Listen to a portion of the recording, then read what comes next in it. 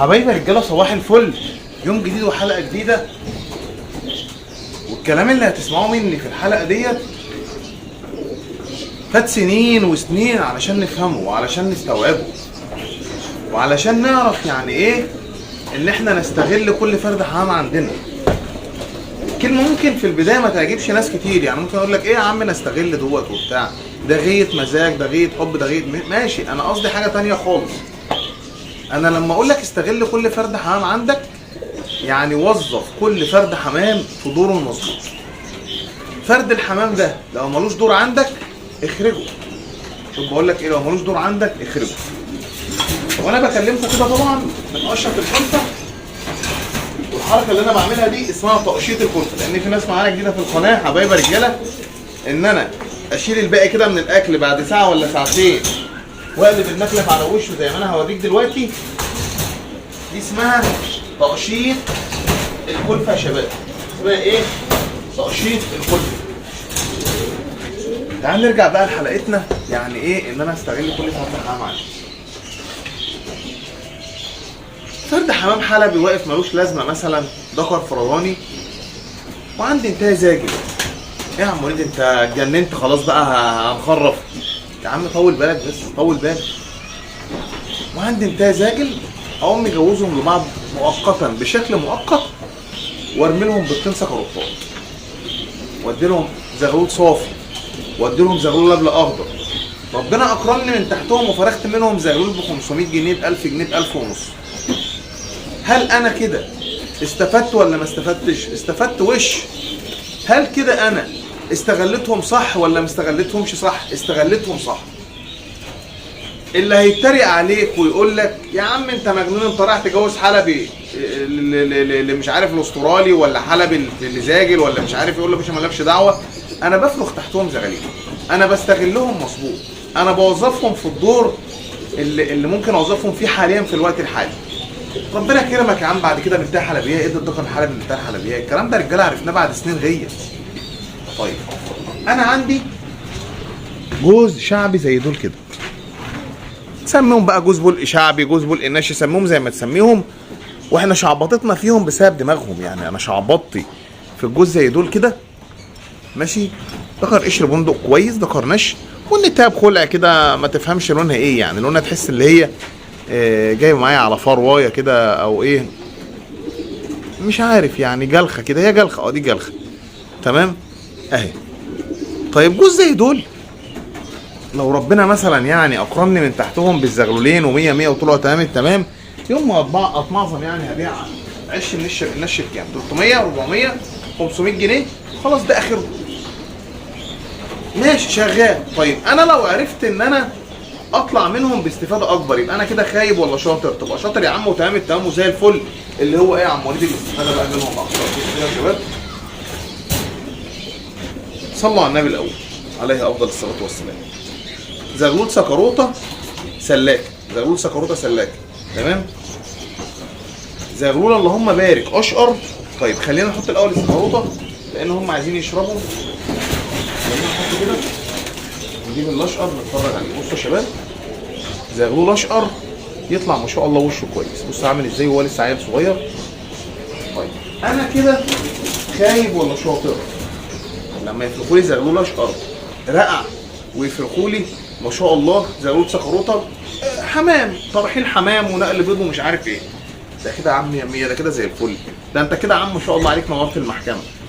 حاله ثانيه تعالوا بسم الله الرحمن الرحيم. لما يبقى عندي قص عطال زي الكشاكوى دول، قص عطال زي الكشاكوى دول، يعني تعالوا حتى ننزل كده بالكاميرا عشان نشوفهم على الطبيعه قدام اهم. يعني قص عطال زي ايه؟ زي الكشاكوى دول كده، جميل وزي الفل وتمام التمام. قص الكشاكوى دول مثلا عم وليد بكام؟ يعني يوم ما معظمهم عم وليد هجيبهم بكام؟ يعني ب 150 ب 200 ب 250 يعني اخرهم كده. قص عطال وكشاكوى شعبي على قدهم كده. اجيب لك حتى فرده منهم نبص عليها دلوقتي قبل ما اشوف احنا مستغلينهم ازاي وموظفينهم ازاي توظيف مظبوط. دي النتايه يا رجاله، نتايه عاديه جدا متواضعه القص على بعضه يسوى له 150 200 جنيه، ما يزيدش باي حال من الاحوال اكتر من كده. وزاد وغطى كمان، ده عطال يا عم، يعني متنيلين منينا من كل حته، لا هستفيد منهم ولا بتاع. بس غاوي الحمام بيشغل دماغه، ده غاوي الحمام اللي بيحب الحمام. بصوا يا رجاله على سبيل الله، نجيب المحضن نشوف حاطين تحتهم ايه. محضن تحتهم زغلول صافي، اللهم بارك، وبيكبروه وبيخلوه يمين. وعلى مدار الموسم اللي فات كله اللهم بارك اللهم بارك، انا فرخت تحتهم صوافات وسكروتات وبول اخضر وبول قشر بنات تحت كشاك. انا كده شاطر ولا خايب؟ انا كده استغلتهم مظبوط ولا ما وظفتهمش مظبوط؟ لو كنت سبتهم تمام لا هيحصم ولا هيتنيلهم ولا هيعملوا اي حاجه. في استفاده كده عادت منهم، طبعا في استفاده عادت منهم. المقصد من الكلام يا شباب ان الكلفه بقت غاليه، الموضوع بقى عبء عليا وعليك وعلى اي حد. احنا ورانا بيوتنا وورانا مصاريفنا وورانا مسؤولياتنا وورانا الحمام. ما هو انا ما اقدرش اطلع مثلا في حلقه اقول لك والله بقى الدنيا بقت غلا وبتاع والوضع صعب فانا عايزك تبطل حمام. بالعكس، ده انا عايزك تكمل في جهه الحمام. انا كلامي معاك ده من باب التوعيه ان انت تكمل في جهه الحمام، بس والله ما عايزك تكمل تخبط شمال ويمين. انا عايزك تركز في حمامتين حلوين ربنا يكرمك منهم وربنا يرضيك. مش عايزك من كل لون يا بطيستا او من كل فيلم اغنيه هيصه على الفاضي.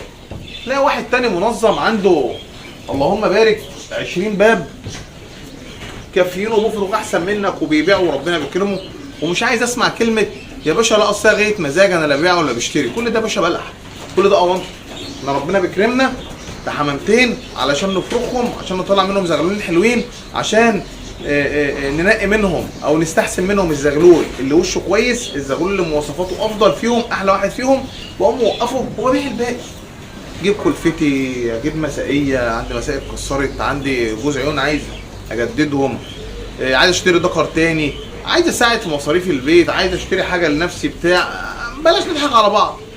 طب الكلام اللي بيتقال ده كل ده كلام اونطه، كل ده كلام بلح بقى، هي غايه مزاج ومش عارف ايه. ماشي يا باشا، غايه مزاج واطلع خد مزاج واطلع اتبسط واطلع كوبايه القهوه كده استمتع مع حمامك واتبسط مع حمامك. بس هو ايه المانع ان انا تبقى غايه مزاج وان انا كمان ربنا يكرمني منها؟ بقول لك الكلام ده كله ليه؟ تعالى بقى نسمي الله كده واوريك المقصد من الكلام. بصوا يا شباب، لفت خفيف كده، مكان بسيط كده. بص،